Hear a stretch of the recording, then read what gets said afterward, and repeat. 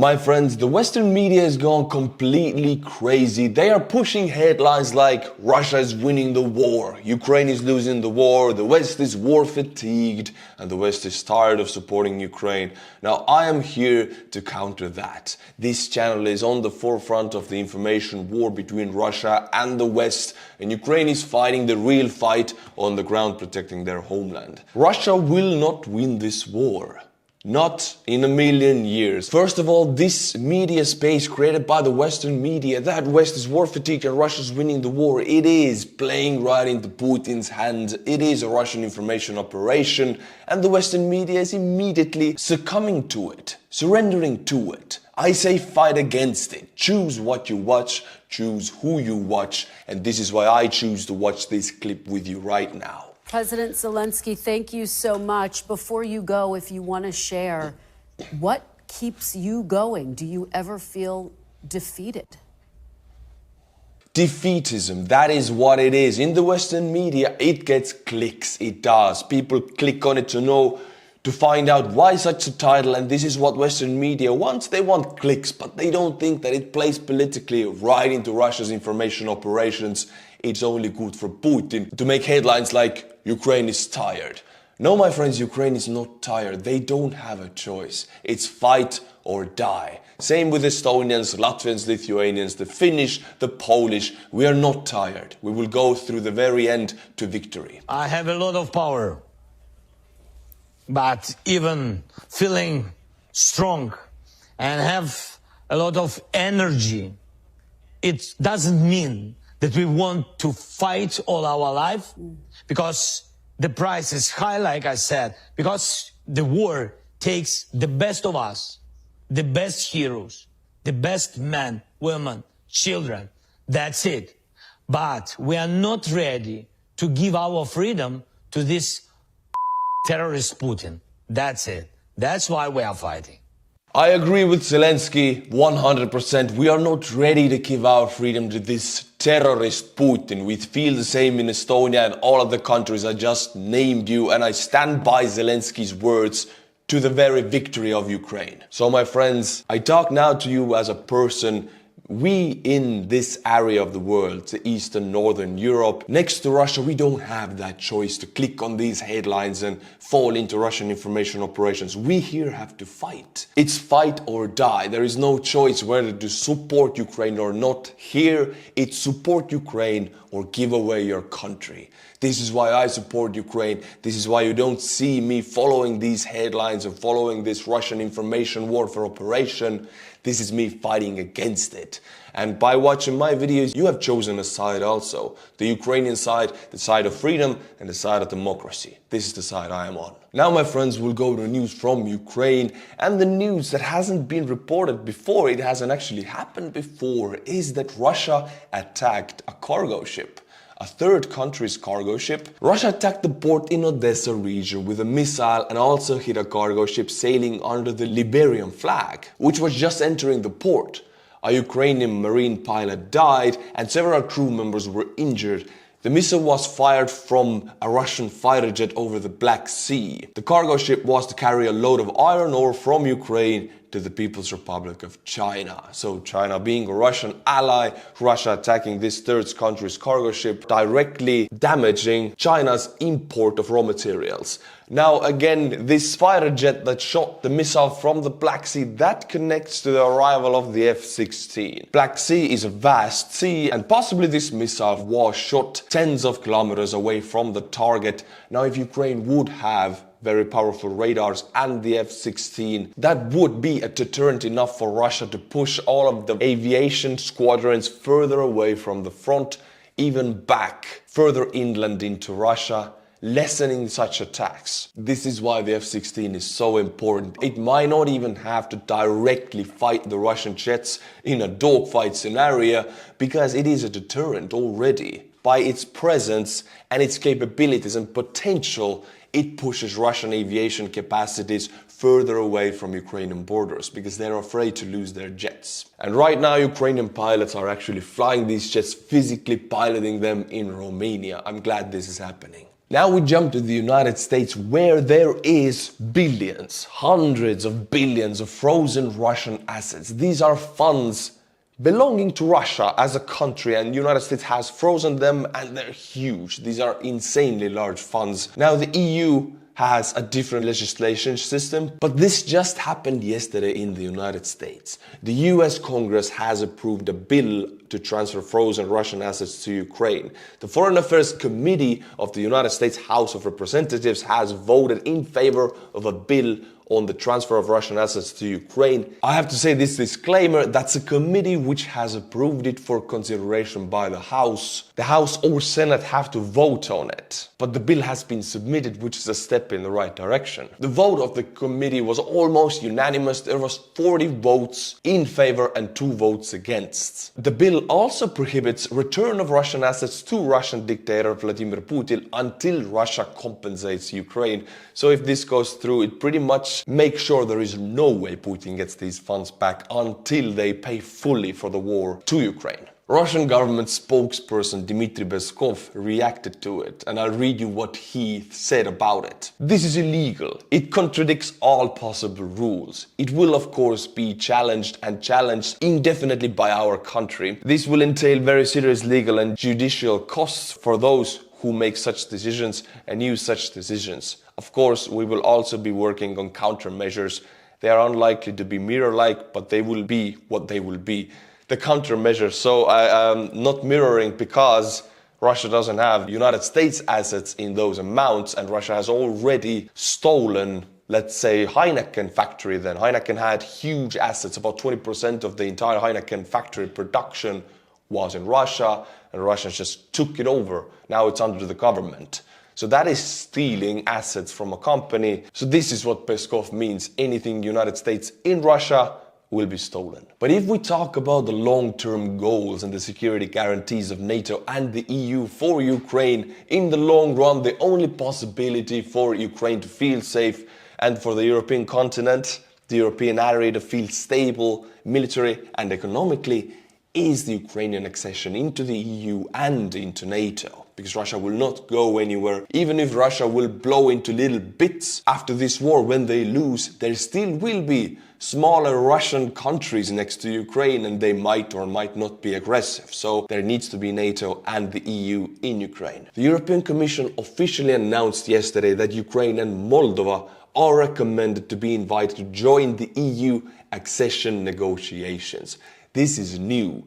This is a next step towards Moldova and Ukraine to be transferred into the EU. And Moldova and Ukraine are in the same boat.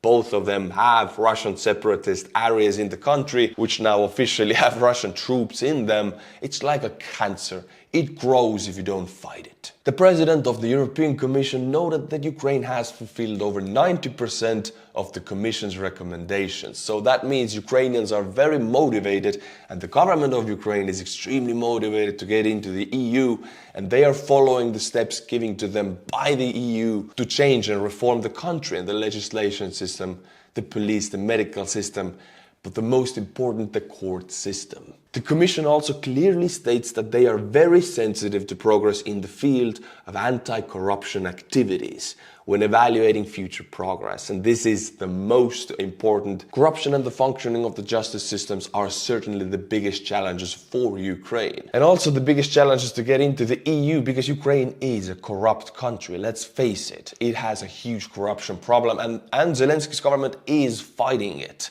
I have made a separate video about it. You can see the link in the description below. I summarized in that video everything Ukraine has done to fight corruption, the reforms they have done. They've created an entire new ministry for internal control against corruption.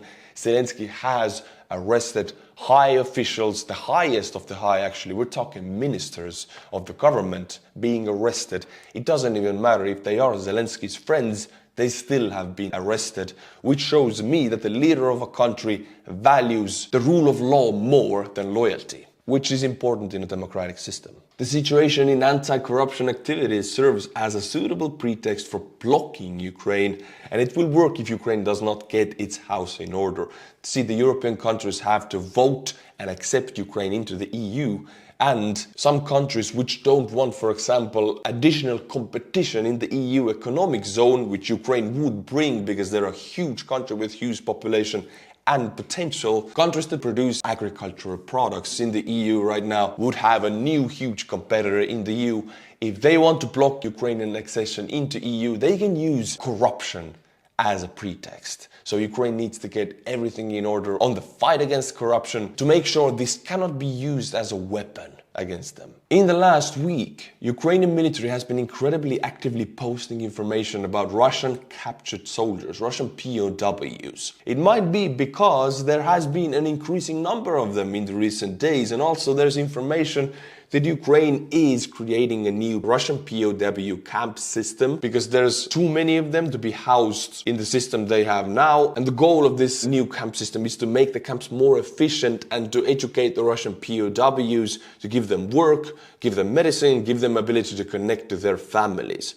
Now, Ukraine has every interest to keep the Russian POWs happy because these POWs call to Russia because they're able to. And if they are happy, they will tell that they are fed, they have slept, they get work, they're being cared of medically. They tell that to their relatives in Russia, who are regular Russian people brainwashed. And if they hear this is a faster weapon against Putin's regime than any machine gun or a missile. These POWs who are cared for break Putin's brainwashing machine faster. So this is why it's in Ukrainian interest to keep Russian POWs healthy, happy and working. On this footage, actually, you can see a Russian volunteer corps battalion leader. You know, this volunteer corps that actually has made incursions into physical Russia. Leader of that corps talking to Russian POWs in a camp, offering them to join the Russian volunteer corps. Since they are Russians, they have the ability to fight against the regime that actually put them to Ukraine against their will. And this is the Russian volunteer corps. This is the opportunities they are offered.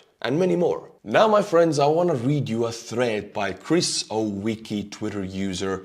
In this thread, he will analyze the Russian unit of bars. These are units that have troops in them who very much feel tricked to be in Ukraine and they would have never been ready for it. These units are mostly actually in Kherson region, trying to push back the Ukrainian bridgeheads, and they are less trained and less equipped than other Russian army units. And I want to open up the situation. Why are they like that?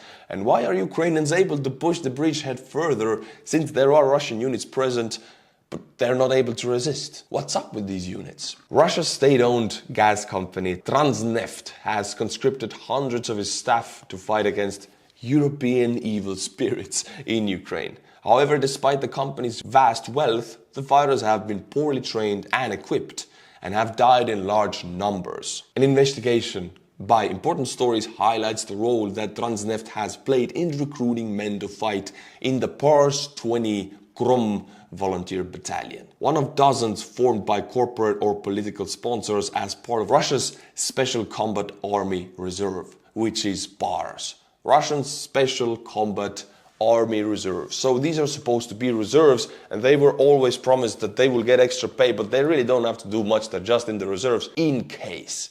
And that in case happened 24th February 2022. They all were plunged into Ukraine. PARS was created in 2021 with the promise that the Russian army offers you a unique opportunity to realize your ambitions, show your skills, see the diverse, stunningly beautiful landscapes of our country. It was promoted as a reserve force with occasional services, occasional exercises. And by these occasional exercises, they mean a full-scale invasion of a neighboring country and a prolonged bloody war. The invasion of Ukraine came as a shock to many of the approximately 20,000 PARS personnel who found that the few thousand extra rubles they were earning monthly for their membership now obligated them to go and fight in Ukraine. Surprise! I cannot say the M word. PARS units played a key role in the summer of 2022 prior to the September mobilization, at a point where Russia faced severe manpower shortages due to its heavy losses earlier in the invasion. Hundreds of Rosneft staff have fought as part of PARS. Now, we're talking about a hidden mobilization in Russia. Well, this is how it's happening. PARS are a part of the Russian army, but they are mobilized through huge state-owned companies in Russia, like the oil companies, gas companies, mining companies. These have a huge staff, we're talking tens of thousands per company, low-income staff. They will be forcefully mobilized. I'll bring you an example. If you don't go to fight in Ukraine, we will let you go from the job. And the only thing the guy has is his job. So he has to go to Ukraine or be fired. And he doesn't have anything else and he has a mortgage or whatever, he has to go. This is a hidden mobilization. Unfortunately, they get tens of thousands of men like that. However, they have had a difficult time in the war. Many are in their 40s and 50s and were given little choice about joining bars in the first place. Rosneft was given a quota for how many employees were there to be recruited. Now we're going back to the quota eras. This was very much known and people were used to it in the Soviet times. Everything worked according to quotas. How much soap a country has to produce or how many men have to die in the Gulag, this was a quota. Now we're going back to it. Every huge state-owned company in Russia gets a quota from Putin's official of how many men he has to get with hidden mobilization and send to Ukraine. Let's say for Rosneft, it's 1,000 per month. A lot of men. And if they don't fill the quota, what happens? Well, the person responsible in Rosneft for that task will fly out of the window. So he has every motivation to get these guys, legally or illegally. A relative of Alexei Saispayev, 55 years old, who died in the war, says that he worked in a Transneft in security. They put out a call to Transneft to gather the people, and that was it. He had to get ready. Another Transneft employee who died in the war, 51-year-old Yuri Koncharov, was also told to go. His widow says, when it was offered to him, he didn't refuse, he went. And I said, is there nothing to do? He said, no, this conversation is over. So people know they cannot fight it, they cannot say anything against it. People in Russia know how the system works. The orders come from above, they possibly come from Putin. If the orders come from the Tsar, you don't talk, this conversation is over. You go. That's how it is. The men were sent with little training and inadequate equipment. Photographs show them dressed in civilian clothes, looking like fishermen and mushroom pickers with authentic weapons. They were outfitted by a supplier of office supplies and equipment, overalls and tools. So this gives us a little information about these bars units that are mostly concentrated in the Dnipro area to fight back Ukrainian bridgeheads formulating across the Dnipro. Now they are unsuccessful in it, and now they are led by General Teplinsky, a man with the Saintnik background or special forces background in Russia. He was sent there to get things in order and push back the Ukrainian bridgeheads, something which he is still unable to do. Now, my friends, I saw this video and it's so bizarre. We're talking about how people cannot think freely in Russia, they cannot take responsibility for their lives or for their country. Well, how does one come to this situation? It needs years of brainwashing and propaganda. And here this video, imagine that you are getting this for 20 years, because for 20 years Putin has been in power. Imagine 20 years of this in preschool or middle school. I will read you the subtitles and then I'll play and then I'll read.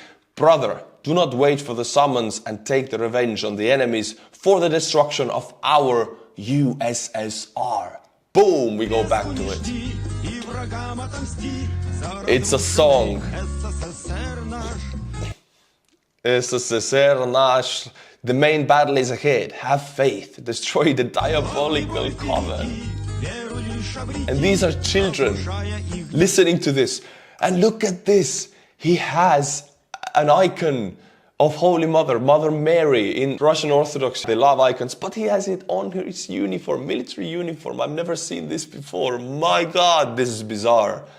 And the children see this, and these guys are supposed to be authorities for them, and this is what they learn from them. Against us is globalism, liberal fascism, Satan's black mass. My God. Oh my God. Blatant racism, social Darwinism, let the aggressor be destroyed. So they almost sing like about Russians in Ukraine. It's so weird how it's fully mirrored in the Russian propaganda. And these children, they don't know what to think, because children are very, affectable.